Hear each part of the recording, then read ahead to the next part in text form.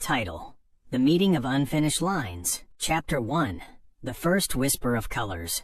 𝙨𝙯 was often found sitting in the farthest corner of the school library. While other children made noise on the playground, 𝙨𝙯 remained immersed in his sketchbook.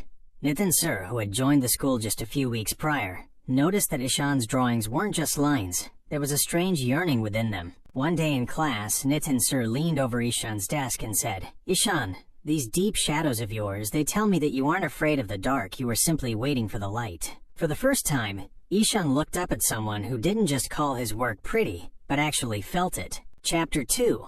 An Unspoken Pull. It was a cold winter morning. The school corridors were filled with mist. 𝙨𝙯 sat alone in the art room, etching something with blue and black strokes on a canvas. Nitin Sir entered and placed a hot cup of coffee on the table for him. "Sir, do you think the world will ever understand what we feel?" 𝙨𝙯 asked without turning around. Nitin Sir sat in the chair next to him. "I don't know about the world, 𝙨𝙯, but an artist creates his own world through his art.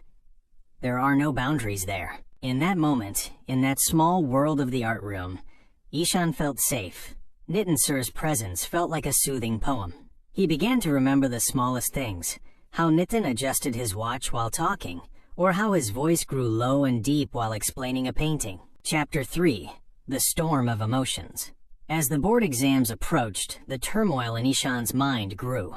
He knew that once school ended, this world would be left behind. One evening during the farewell preparations, 𝙨𝙯 gifted a portrait to Nitin Sir. It was a sketch of Nitin himself, sitting under an old tree with falling leaves. Nitin Sir looked at it intently and said, **𝙨𝙯, you've captured me in a way I couldn't even see myself. Where do you get such depth?" 𝙨𝙯's throat tightened. Gathering his courage, he said, "When you feel someone in every breath you take, the depth comes naturally." A heavy silence filled the room. There was pain in Nitin Sir's eyes, an understanding, and perhaps the same feeling that lived in 𝙨𝙯's heart. But he simply said, **𝙨𝙯, you have a very long journey ahead. Do not let this fire burn out." Chapter 4. The Distance of Time. School ended. 𝙨𝙯 moved to a prestigious art institute in a big city. The initial years were difficult. He saw Nitin Sir's smile in every face and heard his guidance in every voice. He poured all his energy into his art. He never called Nitin Sir, nor did he send a message. He was afraid that reality might blur the beauty of that memory. Chapter 5. The Complete Picture. 8 years later, 𝙨𝙯 held his first solo exhibition. On the main wall of the gallery hung a massive painting titled *The Teacher and the Music*.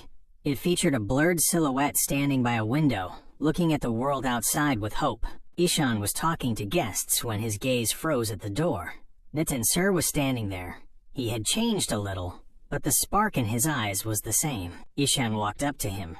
There was a gap of many years between them, but the moment Nitin Sir placed his hand on 𝙨𝙯's shoulder, everything felt like yesterday. 𝙨𝙯, Nitin Sir said softly, "Today, your shadows have finally turned into light." Chapter 6. The Vow of a New Morning. After the exhibition ended and the crowd thinned out, a light rain began to fall outside. 𝙨𝙯 and Nitin Sir stood on the gallery balcony, where the city lights looked blurred and beautiful through the mist. 𝙨𝙯 broke the silence. "Sir, in all these years I wanted to call you so many times, but I was afraid that you might have moved on, while I was still stuck in the memories of that art room." Nitin Sir smiled and pulled a folded old piece of paper from his pocket. It was the very first sketch 𝙨𝙯 had made in the 12th grade. Nitin Sir said, 𝙨𝙯, did you think you were the only one who stayed in that art room? I tried to find you many times, but I wanted you to find your own identity first. As a teacher, I didn't want to make you weak, but as a human, I was waiting for you every single moment." Chapter 7. The Feeling of Home. Tears of joy filled 𝙨𝙯's eyes. He slowly took Nitin's hand in his. This time, there was no hesitation, no fear. Nitin looked at 𝙨𝙯 and said, "I've built a small studio and a home near the mountains. It's peaceful there, with the colors of the blue sky and a lot of silence. But the walls of that house need your colors, 𝙨𝙯." 𝙨𝙯's face lit up. "Are you serious?" Nitin drew him closer and placed a hand on his forehead. "There is no teacher-student relationship anymore, 𝙨𝙯. Now, we are just two fellow travelers.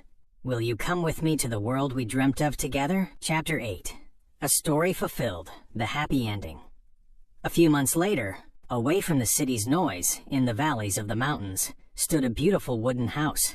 The nameplate on the house read, 𝙨𝙩𝙤𝙬 and 𝙨𝙩𝙤𝙬. Half of the house was a large studio where canvases, brushes, and paints were scattered everywhere. Now, 𝙨𝙯 would paint, and 𝙨𝙯𝙤 would sit nearby reading poetry or a book. Sometimes, they worked on the same canvas together. In the evenings, they would sit on the balcony and drink tea, just like those old memories. 𝙨𝙯 no longer needed paper to hide his feelings because the person who understood his every emotion was now by his side. One day, leaning his head on 𝙨𝙯𝙤's lap, 𝙨𝙯 said, 𝙨𝙯, the final line of our story has been drawn. 𝙨𝙯 ran his fingers through 𝙨𝙯's hair and said, no, 𝙨𝙯, this is just the beginning. The canvas of our story is still empty, and we have to fill it with the beautiful colors of the life yet to come. In the silence of the night, amidst the cold mountain air, they were safe in each other's arms. The relationship that began on a school bench had finally transformed into a lifetime together. The end.